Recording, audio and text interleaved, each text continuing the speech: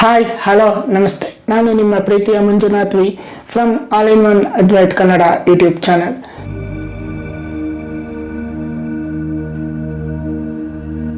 ಇವತ್ತು ನಾನು ನಿಮ್ಮದೇ ಹೊಸದಾಗಿ ವಾಟ್ಸಪ್ ಅವರು ಇಂಟ್ರೊಡ್ಯೂಸ್ ಮಾಡಿರೋಂಥ ಒಂದು ಹೊಸ ಸೂಪರ್ ಆದಂಥ ಫೀಚರ್ನ ನಾನಿವತ್ತು ಯಾವ ರೀತಿ ಎನೇಬಲ್ ಮಾಡ್ಕೊಳ್ಳೋದು ಅಂತ ತೋರಿಸ್ತಾ ಇದ್ದೀನಿ. ಅದಕ್ಕಿಂತ ಮುಂಚೆ ನೀವು ನಮ್ಮ ಚಾನಲ್ಗೆ ಹೊಸಬರಾಗಿದ್ದರೆ ಈ ಕೂಡಲೇ ಸಬ್ಸ್ಕ್ರೈಬ್ ಆಗಿ ಪಕ್ಕದಲ್ಲಿ ಕಾಣ್ತಿರೋಂಥ ಬೆಲ್ ಐಕನ್ನ ಕ್ಲಿಕ್ ಮಾಡಿ. ಈ ವಿಡಿಯೋ ಇಷ್ಟ ಆದರೆ ಒಂದು ಲೈಕ್ ಮಾಡಿ ಆ್ಯಂಡ್ ಶೇರ್ ಮಾಡಿ ಆ್ಯಂಡ್ ನಿಮ್ಮ ಅನಿಸಿಕೆ ಅಭಿಪ್ರಾಯನ ಕಮೆಂಟಲ್ಲಿ ತಿಳಿಸಿ ಅಂತ ಹೇಳ್ತಾ ವಿಡಿಯೋ ಶುರು ಮಾಡ್ತಾ ಇದ್ದೀನಿ. ವಾಟ್ಸಪ್ನವರು ಏನಪ್ಪ ಹೊಸ ಫೀಚರ್ನ ಇಂಟ್ರೊಡ್ಯೂಸ್ ಮಾಡಿದ್ದಾರೆ ಅಂದರೆ, ವಾಟ್ಸಪ್ಪಿನಲ್ಲಿ ಸ್ಟೋರೇಜ್ ಮ್ಯಾನೇಜ್ಮೆಂಟ್ ಅಂತ ಒಂದು ಹೊಸ ಫೀಚರ್ನ ಇಂಟ್ರೊಡ್ಯೂಸ್ ಮಾಡಿದ್ದಾರೆ. ಅದೇನಪ್ಪ ಅಂದರೆ, ಬಲ್ಕಾಗಿ ಒಂದು ಸ್ಟೋರೇಜನ್ನು ಡಿಲೀಟ್ ಮಾಡ್ಕೊಳ್ಳೋವಂಥ ಆಪ್ಷನನ್ನು ಕೊಟ್ಟಿದ್ದಾರೆ. ಅದು ಯಾವ ರೀತಿ ಅಂತ ಈಗ ಲೈವ್ ಆಗಿ ತೋರಿಸ್ತಾ ಇದೆ. ಈಗ ನಾವು ವಾಟ್ಸಪ್ ಡಾಟಾನ ಬಲ್ಕಾಗಿ ಯಾವ ರೀತಿ ಡಿಲೀಟ್ ಮಾಡೋದು ಅಂತ ನೋಡೋಣ. ಫಸ್ಟ್ ನೀವು ವಾಟ್ಸಪ್ಪನ್ನು ಓಪನ್ ಮಾಡ್ಕೊಳ್ಳಿ.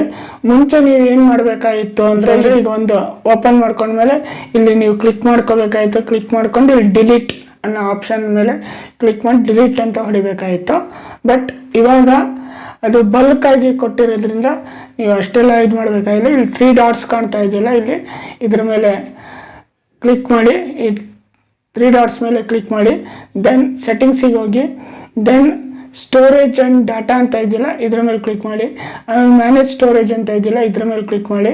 ಇಲ್ಲಿ ನಿಮಗೆ ಎಷ್ಟು ಯೂಸ್ಡು ಎಷ್ಟು ಫ್ರೀ ಎಲ್ಲ ತೋರಿಸ್ತಾನೆ. And large files ಯಾವ್ಯಾವುದಿದೆ more than 5 MB ಅದನ್ನು ತೋರಿಸ್ತಾನೆ. ನೀವು ಇಲ್ಲಿ ಡಿಲೀಟ್ ಮಾಡಬೇಕು ಅಂದರೂ ಅಷ್ಟೇ ನೋಡಿ, ಇಲ್ಲಿ ಹೀಗೆ ಎಲ್ಲ ಇಲ್ಲೇ ನೀವು ಯಾವುದು ಬೇಕು ಅದನ್ನು ಸೆಲೆಕ್ಟ್ ಮಾಡಿಕೊಂಡು ಸೆಲೆಕ್ಟ್ ಮಾಡಿ ಡಿಲೀಟ್ ಮಾಡ್ಬೋದು. ನೋಡಿ, ನಾನು ಡಿಲೀಟ್ ಮಾಡಿದೆ. 16.3 MB ಡಿಲೀಟ್ ಆಗಿದೆ ಅಂತ ತೋರಿಸ್ತಾನೆ.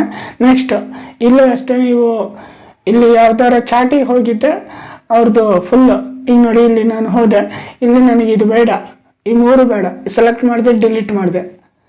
ಇದೊಂದು ವೆರಿ ಹೆಲ್ಪ್ಫುಲ್ ಆದಂಥ ಒಂದು ನಿಮಗೆ ವಾಟ್ಸಪ್ಪಿನ ಫೀಚರ್ ಆಗಿದೆ. ನೀವು ಇದನ್ನು ನಿಮ್ಮ ಸ್ಟೋರೇಜ್ ಮ್ಯಾನೇಜ್ಮೆಂಟ್ ಮಾಡೋಕ್ಕೆ ತುಂಬ ಹೆಲ್ಪ್ಫುಲ್ ಆಗಿದೆ. ಈ ವಿಡಿಯೋ ನಿಮಗೆ ಇಷ್ಟ ಆದರೆ ಒಂದು ಲೈಕ್ ಮಾಡಿ, ಶೇರ್ ಮಾಡಿ, ಹಾಗೆ ಕಮೆಂಟ್ ಮಾಡಿ ಅಂತ ಹೇಳ್ತಾ ಥ್ಯಾಂಕ್ ಯು. ಹೋಗ್ಬರ್ತೀನಿ.